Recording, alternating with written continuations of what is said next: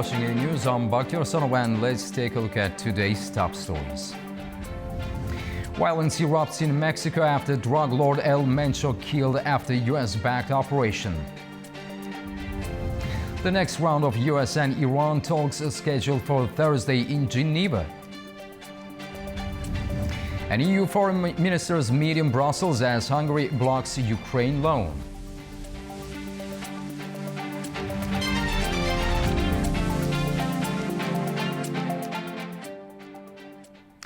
Highways across several states in Mexico have been blocked and cars set ablaze. It's after a major military operation killed the country's most wanted cartel leader El Mencho on Sunday.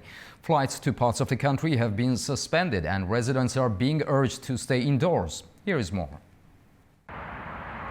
Mexico has been gripped by violence following the killing of one of the country's most powerful drug lords, Nemesio Oseguera, better known as El Mencho, during a military operation in the western state of Jalisco on Sunday. The Defense Ministry says a shootout left Oseguera seriously injured. Officials say he later died while being airlifted to Mexico City.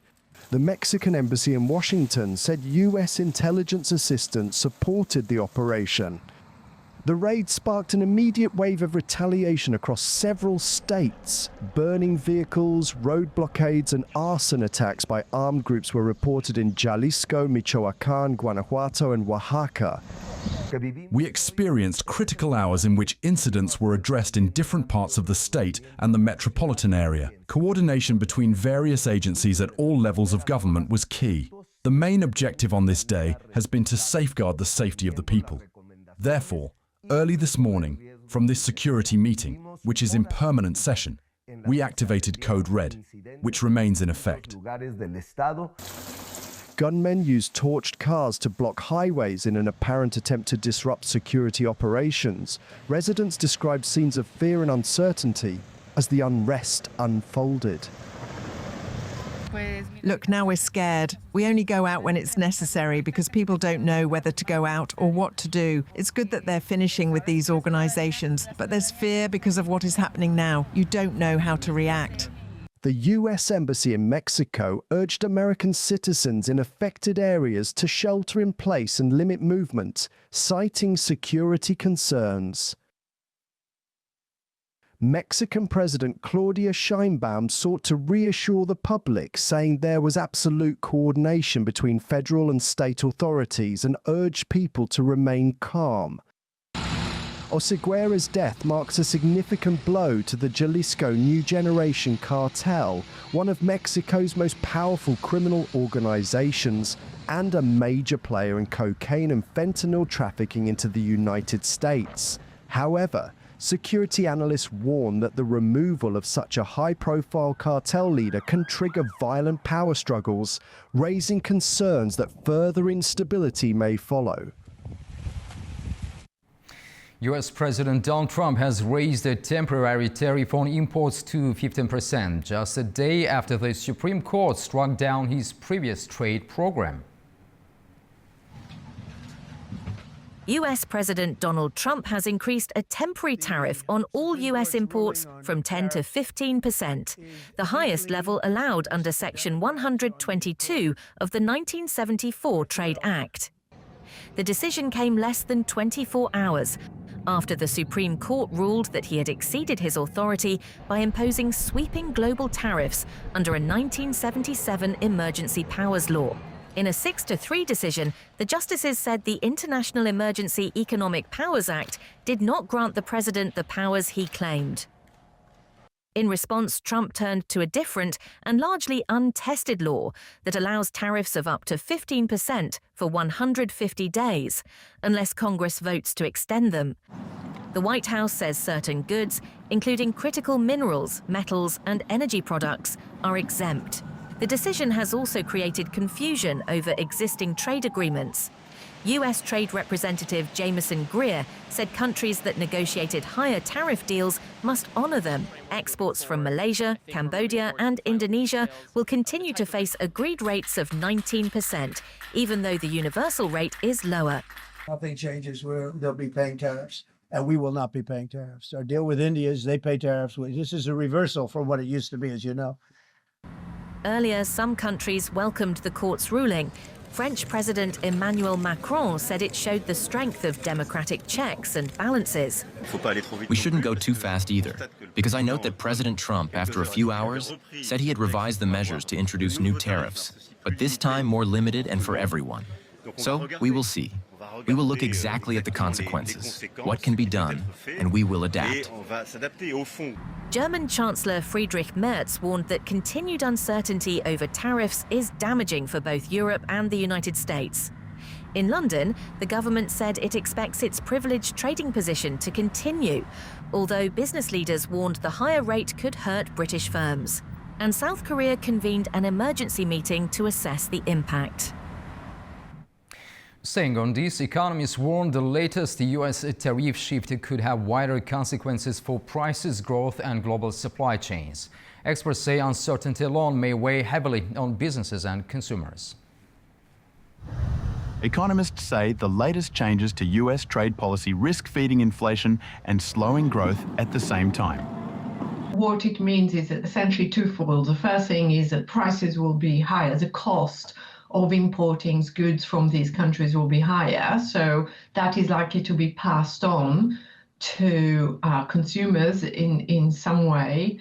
And the other thing is that we're likely to see weaker activity as a result of it as well. So we're going to have weaker growth, and we're also going to see higher prices, which are likely to translate into higher interest rates and otherwise as well. So overall, there will be a negative effect from all these avenues. Uncertainty is now a key risk. Companies that believed trade frameworks offered stability may delay investment or expansion plans.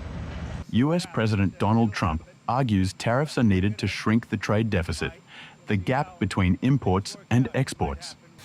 But US government data shows the deficit has widened to roughly $1.2 trillion, up 2.1% compared with last year. Trade between the United States, Mexico, and Canada alone amounts to around $1.5 trillion in imports and roughly $1 trillion in exports each year. Supply chains are deeply integrated, particularly in the automotive sector, where parts can cross borders multiple times before a vehicle is finished. You know, American consumers would face higher prices from tariffs, but also if you're an exporter, if you're a small business that sends products abroad, you're going to face foreign retaliation. And on top of that, right, like the US, Mexico, and Canada have pretty tightly integrated supply chains. So the average car made in the US or in the Mexico, Canada, US zone tends to travel across borders up to 8 times. And so if you're imposing a tariff of 25% each time a part comes across the border, or if the whole automobile crosses the border, it's going to get pretty costly pretty quickly. The Supreme Court ruling has also opened the door for businesses to seek refunds for earlier tariffs collected under the invalidated law.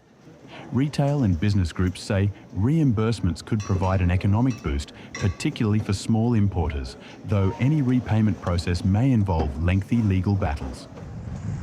Meanwhile, corporate disclosures tracked by Reuters show companies across Asia-Pacific have already reported financial losses, supply shifts, and market withdrawals as tariffs escalated over the past year.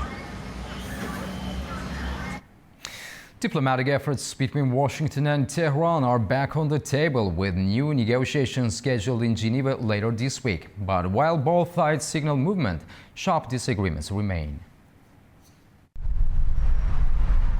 A third round of talks between the United States and Iran is set to resume in Geneva on Thursday.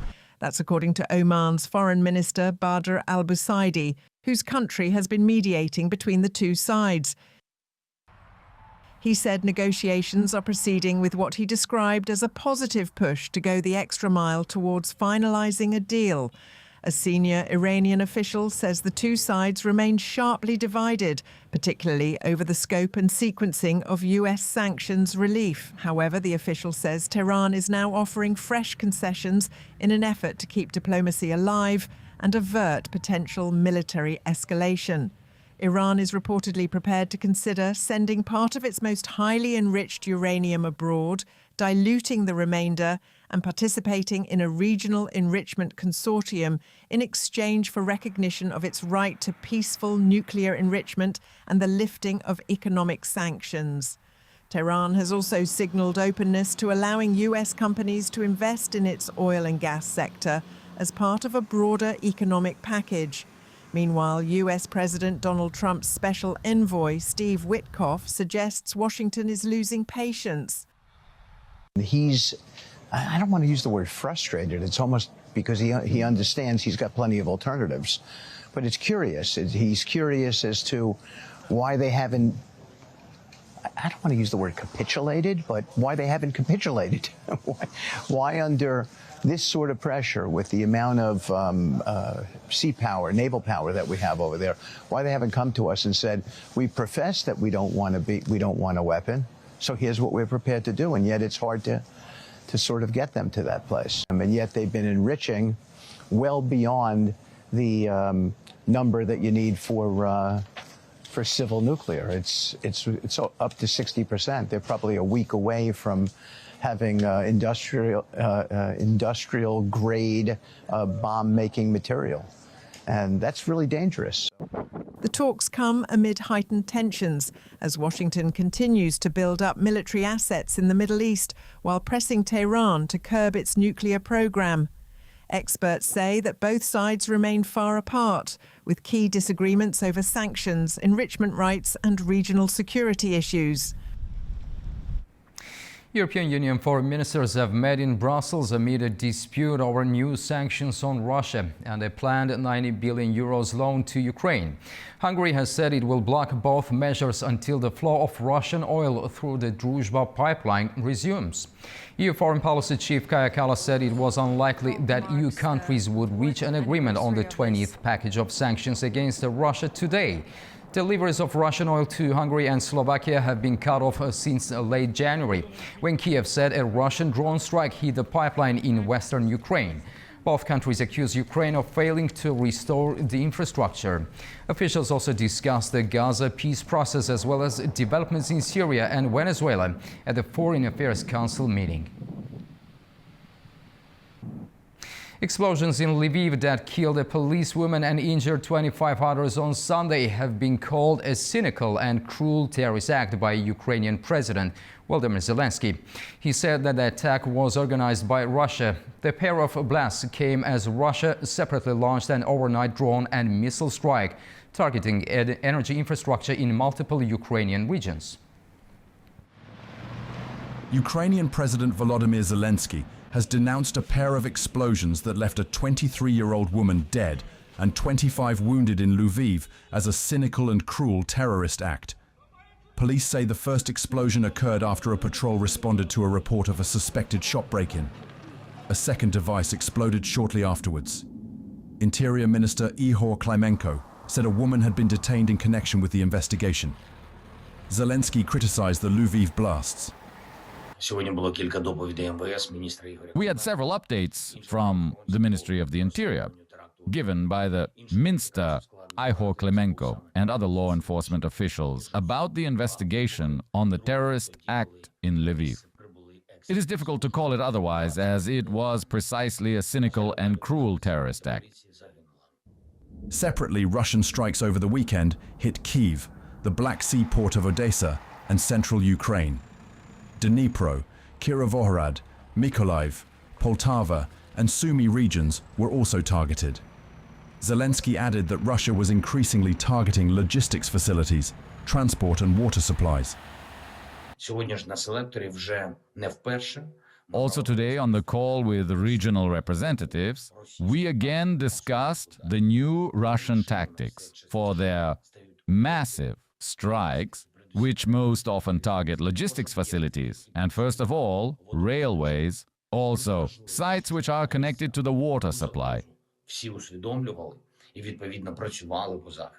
Meanwhile, Russian officials say a massive Ukrainian missile attack has inflicted serious damage on energy infrastructure and disrupted supplies of power, heat and water in the Belgorod region. This area close to the Ukrainian border has frequently come under attack from Ukrainian forces. It comes as the 4th anniversary of the war will be marked this week. A winter storm has begun across parts of the East Coast in the United States, causing power outages and a travel ban in New York City. This footage shows snow blanketing Independence Hall in Philadelphia after several weather warnings were issued. Currently, New York, New Jersey, Connecticut and Massachusetts have issued state of emergency orders. It's expected to be the worst powerful northeastern storm in nearly a decade, bringing 24 inches of snow and strong winds to the region. Now we'll take a short break. Right after the break, we'll discuss President Zelensky's warning of a possible World War III and deepening divisions over the Ukraine war. Stay tuned.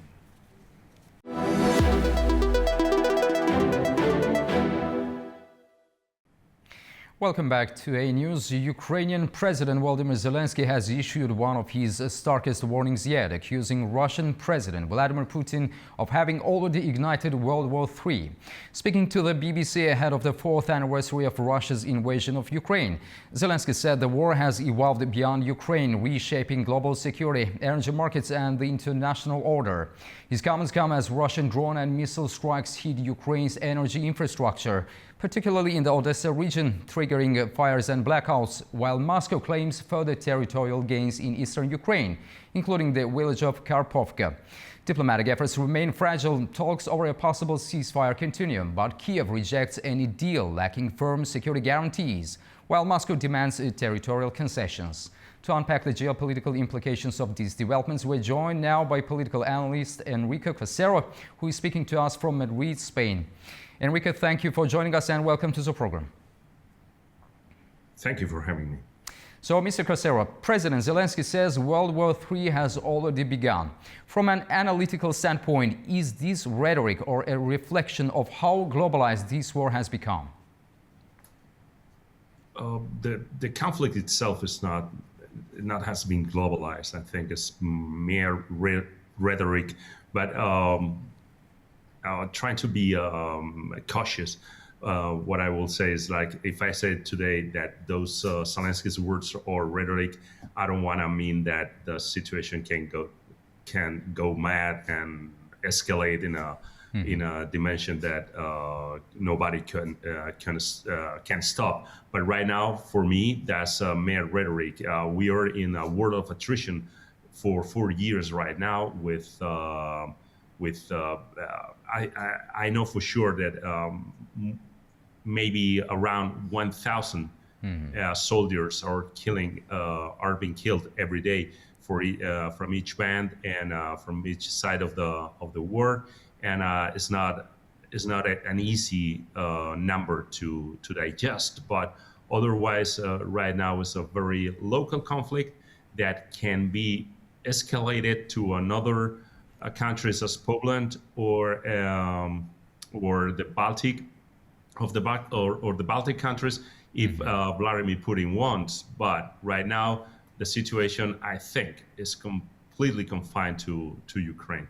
So how has Russia's invasion of Ukraine altered the international security architecture, particularly in Europe?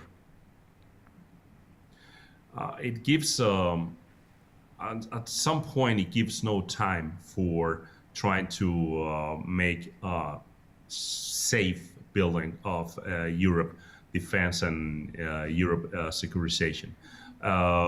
Because the conflict is there, Ukraine is asking for help, and the only is willing to do something or has shown a real will for trying to intervene on the conflict, not military, but not with boots on the ground, but with trying to make people sit around a table or around two tables in this case, in order to reach an agreement, is the United States.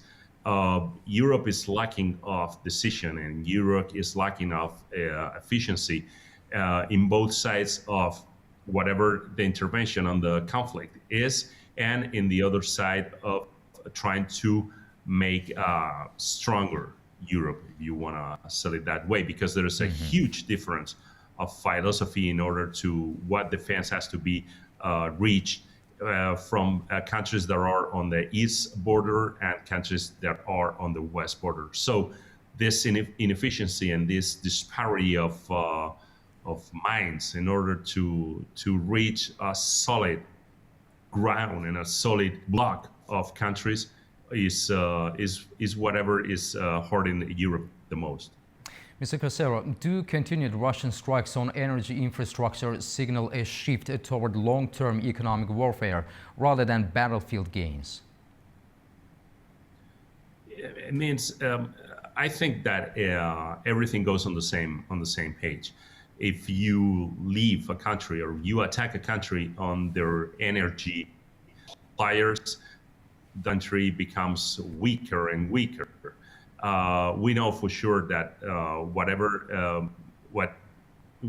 the Russians want is going to be reduced at the end to the Donbass and a clean Crimea for making it at a time a clean access to Russia to the Mediterranean through the Red Sea.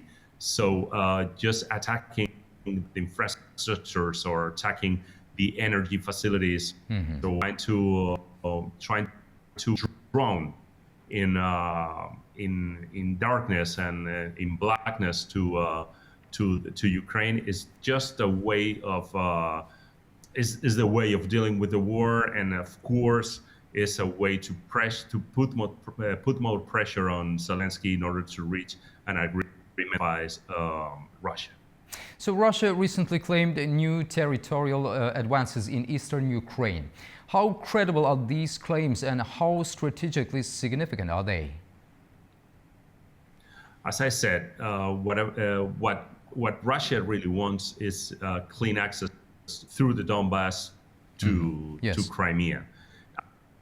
They can't say they want to bring back Mother Russia and try to get whatever they have lost since 1989, and that we knew as the Soviet Republic. That is for sure one of the points of consolidation of this idea of big Mother Russia.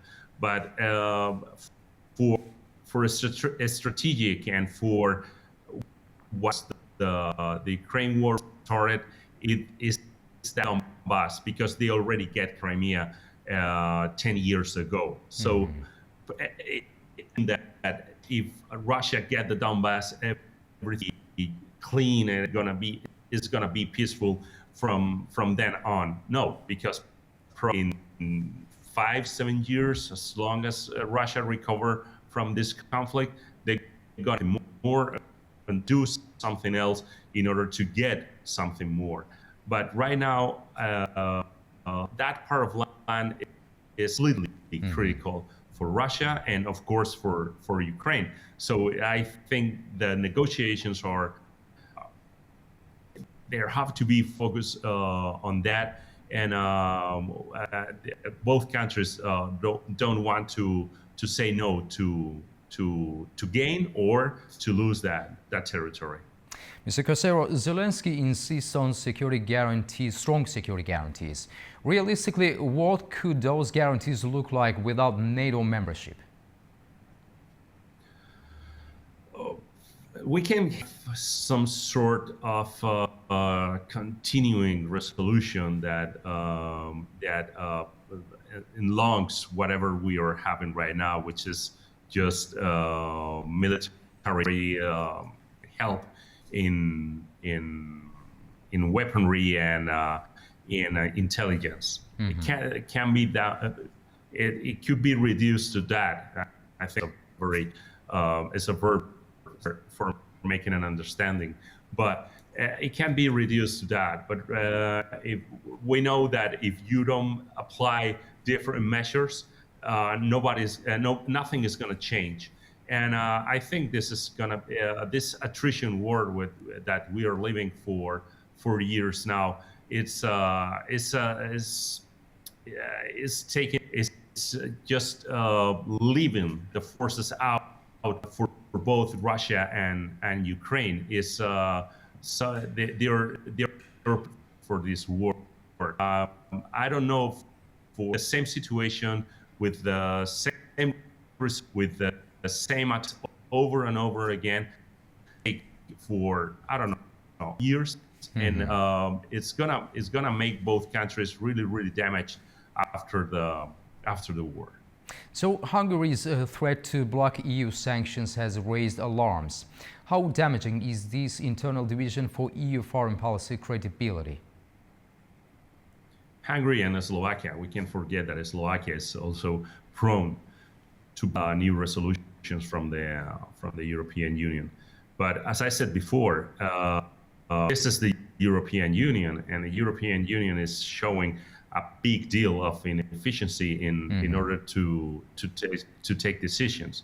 So in which the three main countries, which are China, Russia, and the United States, they can make this in just in a snap of a finger.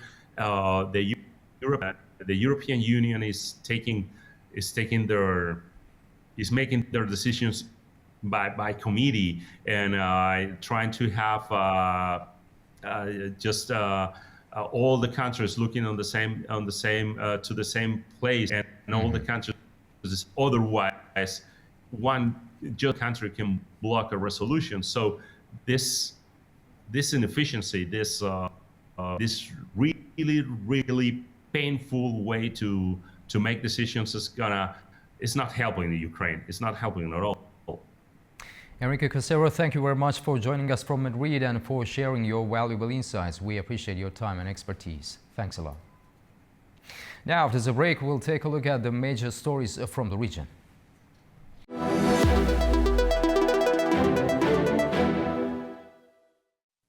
Welcome back to News Now. Let's take a closer look at the key stories shaping the region. Iran has agreed a secret 500 million euros arms deal with Russia to acquire thousands of advanced shoulder-fired missiles, according to the Financial Times. The agreement, reportedly signed in Moscow in December, commits Russia to deliver 500 verbal launch units and 2,500 missiles between 2027 and 2029. The deal was negotiated between Russia's state arms exporter and Iran's defense ministry, the newspaper said, citing leaked documents. The report comes amid heightened tensions over Iran's nuclear program, following U.S. strikes last year that Washington said destroyed key facilities, though an initial intelligence assessment suggested the damage only delayed Iran's capabilities by a month. Pakistan has carried out overnight airstrikes inside Afghanistan, with the Taliban saying civilians were killed. Islamabad insists it targeted militant camps linked to recent suicide attacks in Pakistan. Pakistan says it launched intelligence-based strikes on 7 alleged militant camps near the Afghan border, describing them as a retributive response to recent suicide bombings, including attacks during Ramadan. Afghanistan's ruling Taliban says the strikes hit civilian homes in Nangarhar and Paktika provinces, killing at least 18 people, among them women and children. Last night in Nangarhar province, in Behsud district, at 12 a.m., enemy Punjabi aircraft bombed us. As a result, civilians, including women, children and elderly people, were martyred with great cruelty during this month of Ramadan. This was a crime. Last night it felt as if Judgment Day had passed over us. Our demand is that there must be an investigation, because this is not the first time. During the Republican period, the Americans used to attack us, and now they are doing it. A Pakistani aircraft came and carried out the attack. Local Taliban officials say most of the deaths occurred in a single extended family. In Paktika province, a guest house and a religious school were also hit. Islamabad accuses Kabul of failing to act against militants from Tehrik-i-Taliban Pakistan and Islamic State Khorasan province, groups it says are operating from Afghan soil. It says it has evidence linking recent attacks in Pakistan to leadership figures based across the border. The strikes mark a sharp escalation in tensions, just months after the two sides agreed to a fragile ceasefire following deadly border clashes. Strains are intensifying between Afghanistan and Pakistan after the recent Pakistani airstrikes, with the Taliban saying civilians were killed. Islamabad insists it targeted militant camps linked to recent suicide attacks in Pakistan. Our correspondent Tamim Bahis reports the latest from Kabul. Tensions between Afghanistan and Pakistan are escalating after Pakistan conducted airstrikes inside Afghan territory. Kabul has reacted sharply. The Ministry of Defense has described the strikes as a blatant violation of Afghanistan's sovereignty and international law, warning that attacks on civilian areas and religious centers will not go unanswered. In a statement, the ministry said a measured response would be delivered at the appropriate time, stressing that the country's territorial integrity is not negotiable. Meanwhile, the Ministry of Foreign Affairs summoned Pakistan's ambassador and delivered a formal protest note, calling the strikes a breach of territorial integrity and a provocative act that risks further destabilizing relations. According to local reports, the strike hit Besud district in Nangarhar early Sunday, killing around 20 members of a single family in Gardikach village and injuring several others. A religious seminary in Paktika province was also reportedly targeted. Islamabad accuses Kabul of failing to act against militants from Tehrik-e-Taliban Pakistan group it says is operating from Afghan soil. It says it has evidence linking recent attacks in Pakistan to leadership figures based across the border. The strikes mark a sharp escalation in tensions just months after the two sides agreed to a fragile ceasefire following deadly border clashes. Tamim Bahis in Kabul, A News. Syria has secured a $50 million funding package from the World Bank to upgrade its transport infrastructure as the country continues its economic recovery. The deal was reached during talks in Damascus between Transport Minister and the bank's Middle East Regional Director. The funding will be used to buy 15 locomotives and conduct technical assessments of Syria's railway network for future maintenance and upgrades. Officials also discussed the proposed phosphate transport corridor to improve export routes. Humanitarian assistance continues to move toward Gaza as Turkey dispatches another major aid shipment. The latest delivery comes amid renewed diplomatic efforts and ongoing international talks on the stabilization and reconstruction of the beleaguered coastal enclave. Over the weekend, the Turkish Red Crescent sent its 21st humanitarian aid shipment bound for Gaza, departing from southern Turkey and heading to Egypt's northeastern city of El Arish. The shipment comes after the partial reopening earlier this month of the Gaza-Egypt-Rafah border crossing, which had remained largely closed for the past 2 years. The latest Turkish vessel carried more than 3,000 tons of urgently needed supplies, including food, drinking water, clothing, and materials for building shelters. Upon arrival in El Arish, the aid was received by the Egyptian Red Crescent, which is expected to coordinate the transfer of the supplies into Gaza through the Rafah crossing. The delivery took place as Turkey continues to signal broad support for Gaza's recovery. Last week, Turkish Foreign Minister Hakan Fidan said Ankara was ready to assist in rebuilding Gaza's shattered health and education sectors and help train police forces in the war-torn Palestinian territory.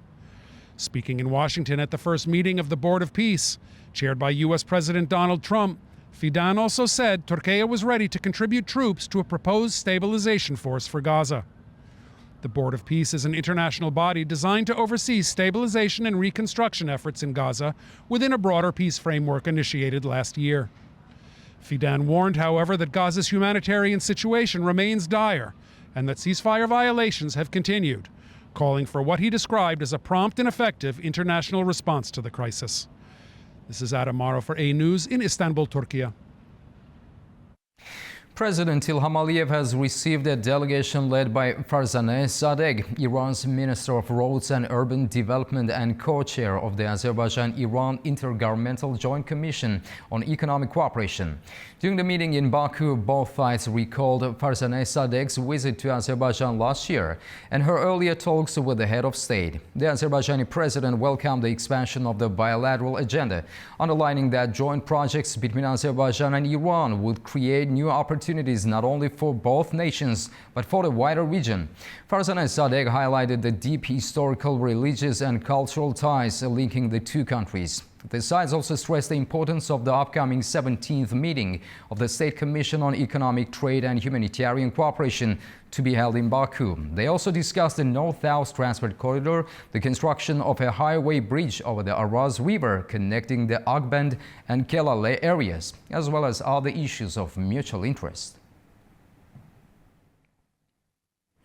More than 661,000 citizens of Uzbekistan have registered on licensed crypto platforms, and the country has issued its first official license for cryptocurrency mining as authorities push to develop the digital economy under clear regulatory rules. Our correspondent in Tashkent brings us more.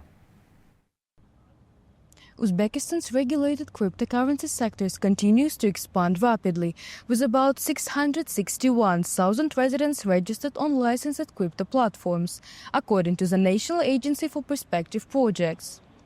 The country currently has 21 authorized crypto service providers, including crypto exchange, custodial depositories and crypto shops. Since 2022, companies operating in the crypto sectors have paid more than $1.19 billion in state duties and fees. In January, Uzbekistan issued its first official cryptocurrency mining permit to a private company in the Bukhara region. The 5-year permit allows legal mining operations only at registered addresses with mandatory transparency and reporting. The regulation also requires that mining predominantly uses electricity generated from solar or self-owned power sources, helping to minimize load on public grids. Regulators continue to prohibit hidden mining operations and anonymous crypto asset extraction, emphasizing that the licensing framework is designed to support innovation while guarding against financial crime and ensuring energy stability. Authorities have also underscored the sector's contribution to broader tech ecosystem development, pointing to job creation, fintech entrepreneurship, and increased youth engagement with digital finance. It is Sivir Rajab reporting from Tashkent, Uzbekistan, A News. Now we'll take a short break. Right after the break, we'll discuss the escalating Pakistan-Afghanistan tensions following cross-border airstrikes. See you shortly.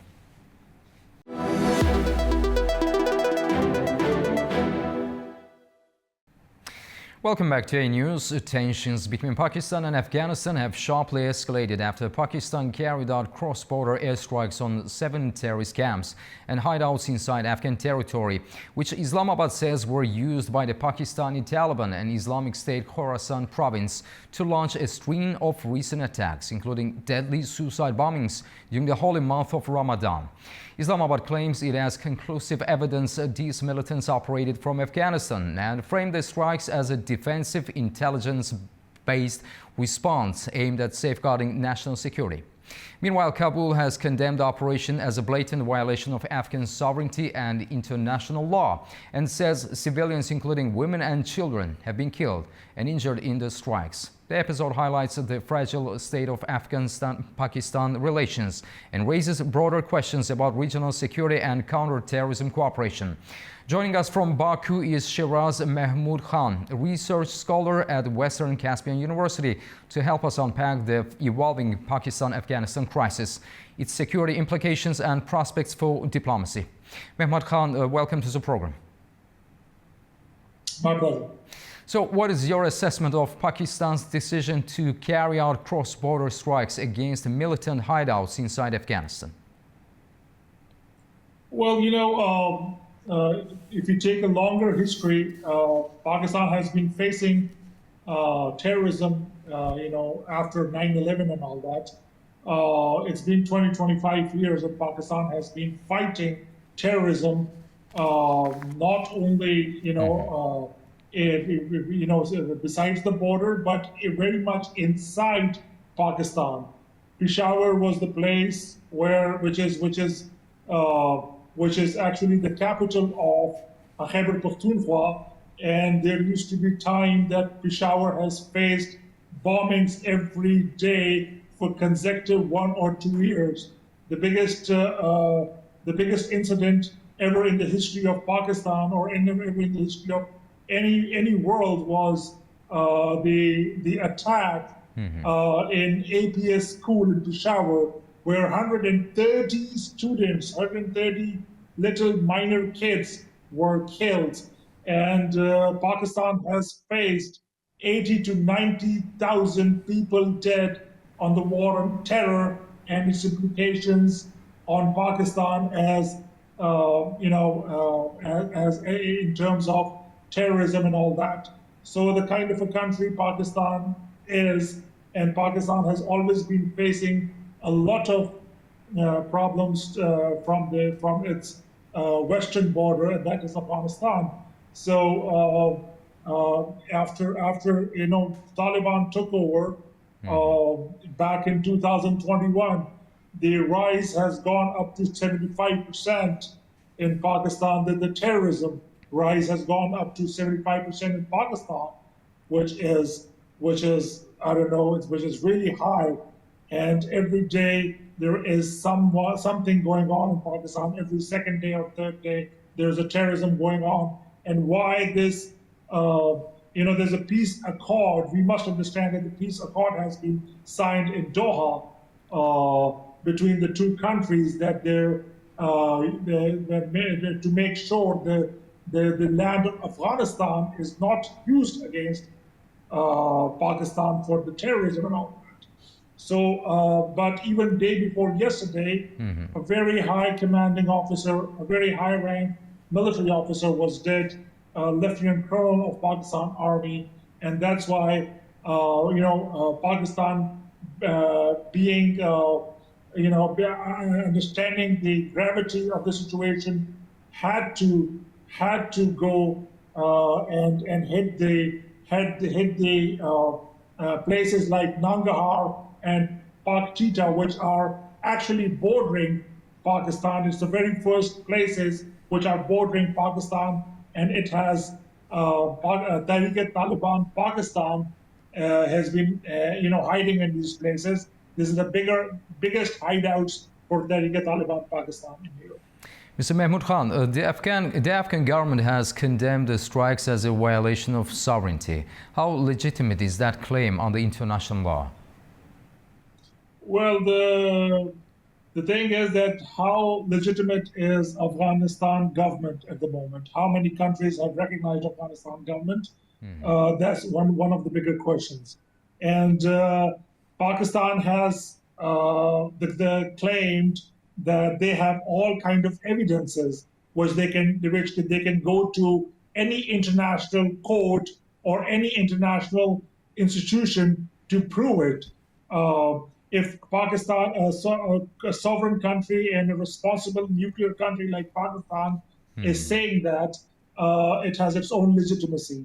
And that would be obviously recognized by the other actors in the world, because Pakistan is not a normal country of the region. Pakistan is a nuclear state of this region. And so that's why if anything is happening in Pakistan, Pakistan has tried to talk to Taliban on lot of forums, on a lot of times, and Pakistan is ready to give that proof of as how the soil of Afghanistan is being used. And also Pakistan has proved that the biggest rival of Pakistan, which is India, is supporting all this terrorism in Afghanistan.